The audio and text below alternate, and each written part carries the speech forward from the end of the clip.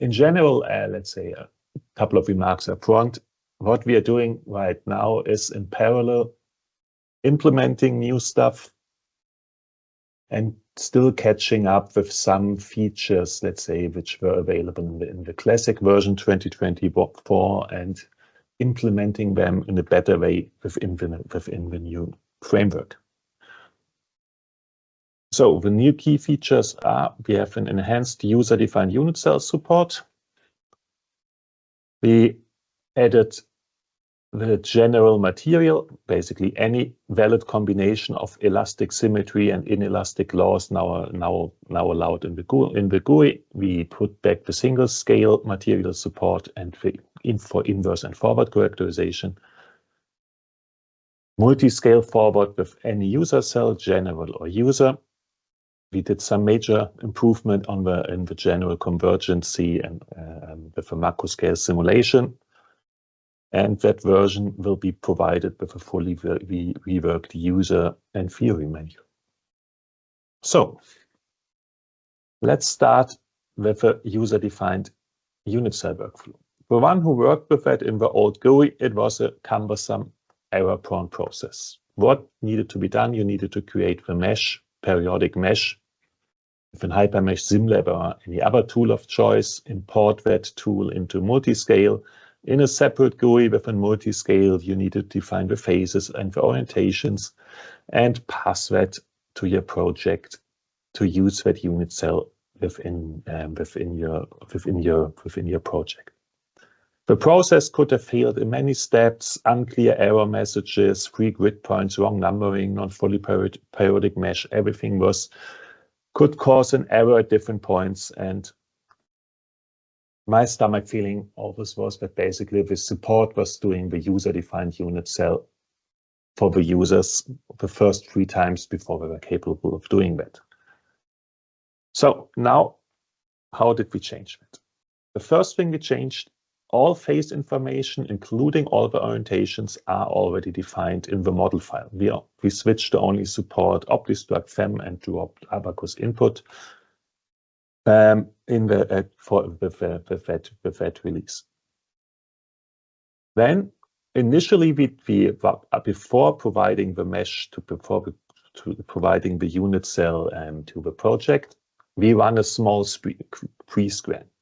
This pre-scan will check that the data structure is as expected, so we can identify the phase and orientation definition, the naming conventions are properly defined, if there are unsupported elements, if the mesh is periodic, and some of this annoying stuff like this numbering scheme and free grid points are automatically fixed and removed. If it can't be done automatically, you will get clear error messages and with a guideline what to do.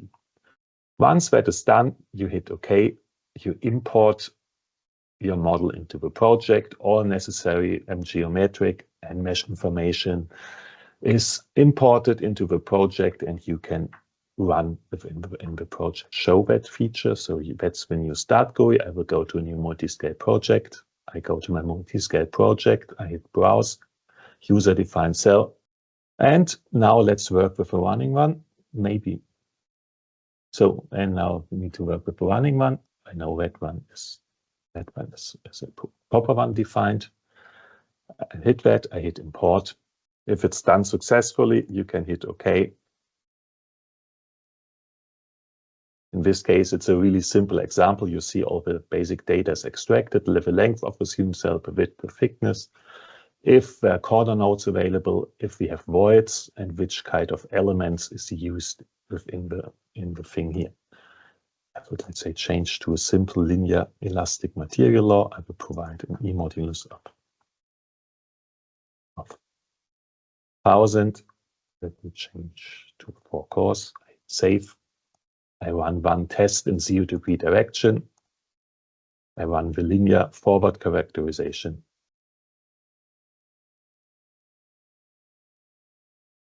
Analysis is done. Save that thing. We can check the results. So I input 1000 and 0.3. I get 1000 and 0.3 back. Going to HyperWorks, I can review my unit cell and the stress results. At the end, it's my test model where I could easily put any error and wrong stuff in. It's basically a box with a different element types. So input is like that. So that's the user-defined unit cell support. Supported are TED4, TED10, Hex 8, and Hex 20 elements within it. As a reminder, Multiscale Designer, let's say, supports two different classes of material. One is what we call local database materials. It's basically a subclass of materials like a polymer, a fiber, or a metal or a tow, where we know to our best knowledge how to model that material, and we have data, generic data provided for different types of these materials within our database. For example, if you choose a polymer thermoset or thermoplastic, it will always use this isotropic elastic symmetry combined with a brittle damage and rate-independent plasticity. If you use a fiber type carbon, it will be always trans-isotropic combined with an iso-damaged bilinear. The other are isotropic with iso-damaged bilinear loss. That's really useful for any standard material and where we know and the user knows what to do. But what we needed to add was this general material where the user can combine any elastic symmetry with any inelastic law. Here put together basically the list of supported elastic symmetry combined with a let's say supported inelastic laws which can be combined. So with that, it's free to, if the user can choose which kind of material behavior he wants to model. The selection is really easy in the linear and in the GUI. You can choose your linear symmetry up here, and depending on the choice of linear symmetry, you have a sub-selection of nonlinear laws, or you can always say keep elastic. All material laws have a live curve plotting, so you can always directly visualize what's your definition. Is it useful? Is this curve looking as I expect? Now let's start looking at the single scale. For the single scale, we created one of the single scale templates. A single scale material is basically a one-phase material, and you can use any of the general or local database materials, which I showed 2 slides before. To do that, you go to new single scale model. You choose if you want a local database file or a user-defined material. You type in your data, and afterwards you have the same workflow for the forward characterization as for any multiscale material. For the inverse process, we created a general inverse characterization. General means we provide the full freedom to optimize against the provided curve or elastic data, any data of a material model which is available. So you can characterize elastic and inelastic parameters at the same time, and also let's say, since it's sometimes tricky to decide which parameters to optimize and which not, and sometimes you don't really know which has an influence. The job status provides you feedback if material parameters don't have an influence on the fit at all. So basically that's the message you will get. In that case, you simply can't, or you can remove that from your that material parameter from the optimization.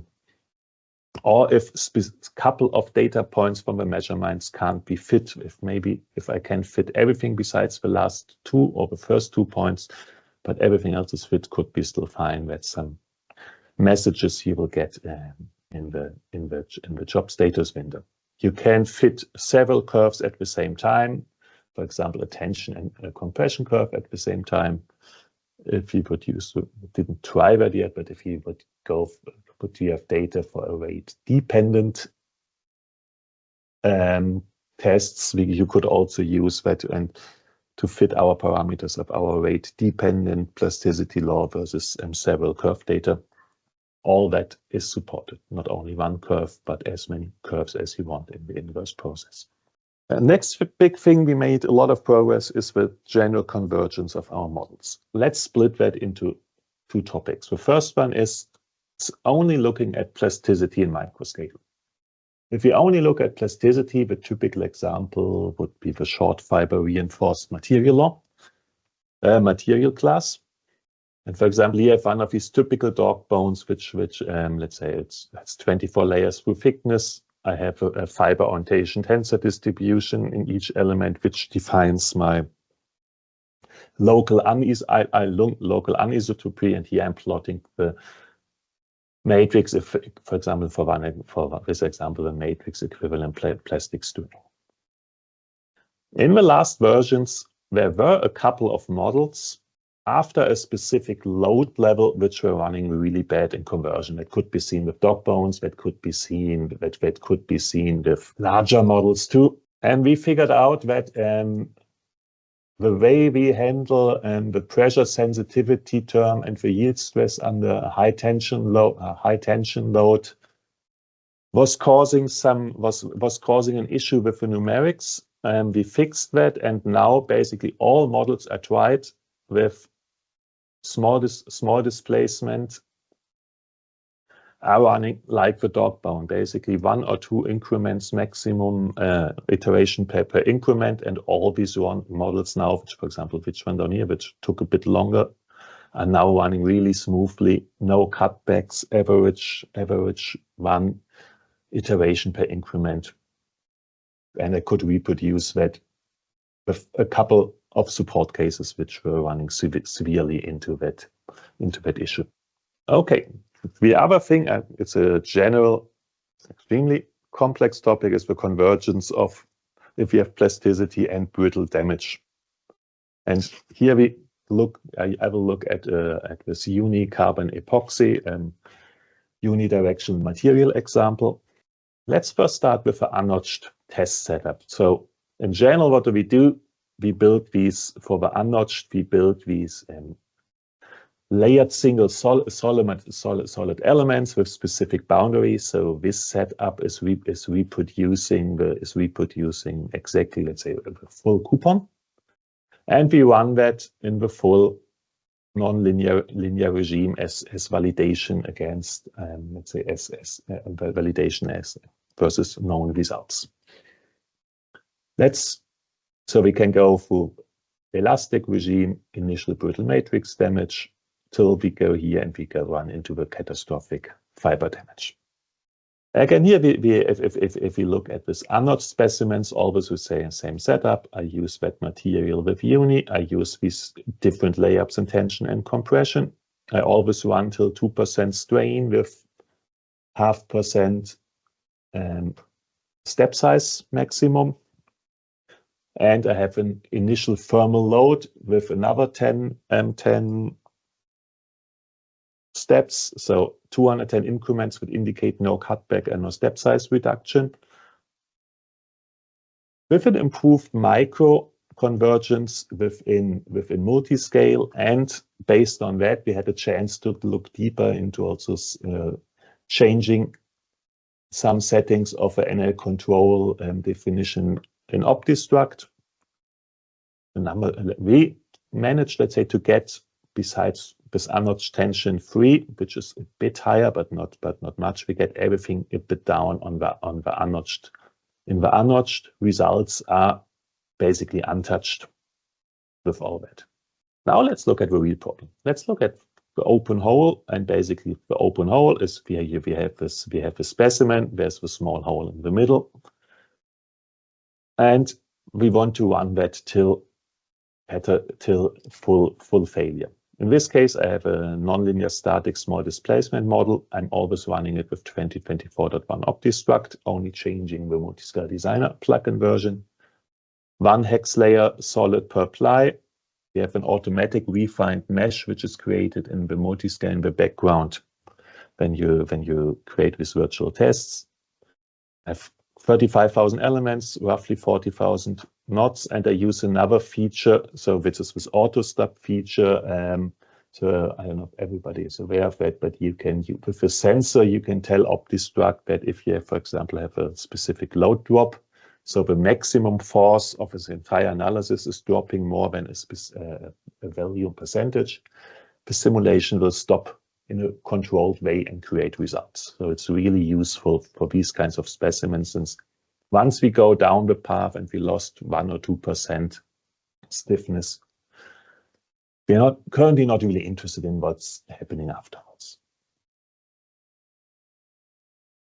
So it's typically happening if you look, for example, at this quasi-iso layup here. So I start here, the curve looks really elastic, but inside the material, something more complex is happening. At that point here, you see the initial matrix cracking, which will grow to, let's say, in a specific area here till we reach at the highest point the initial fiber damage. And then we go relatively very fast down till we have a load drop here and we see the progression of the fiber damage along the edge. So that's the entire process we need to let's say we need to simulate. And typically we start to struggle with the increment size around that point, getting the first brittle damage in. So brittle damage is not really good to handle for an implicit solder chain. Now let's have a look what we achieved. So generally we adapted this microconvergence within Multiscale Designer that allowed us to have a second look at the setup in OptiStruct, and basically this was removing the residual force check to avoid that OptiStruct is forcing a cutback too early. That's all that we need to change on the macro convergence. We can see with same results, basically a boost in performance. The same model, which for example took something like 5,000 of this open hole tension 1, took 5,700 total iterations, is reduced to something like 250 with this new setup. And I can run it on my laptop in half an hour. Not all problems are as good as with open hole tension 3. It's also in a very good runtime, 80% drop. So open hole tension 2, here we have 80%, 45 minus 45. So it's pretty weak. We still have a drop, but we still have many more iterations with runtime. But I still can run it overnight on my local machine, which was impossible with the old setup. And we see a massive drop in iterations to get to the same solution.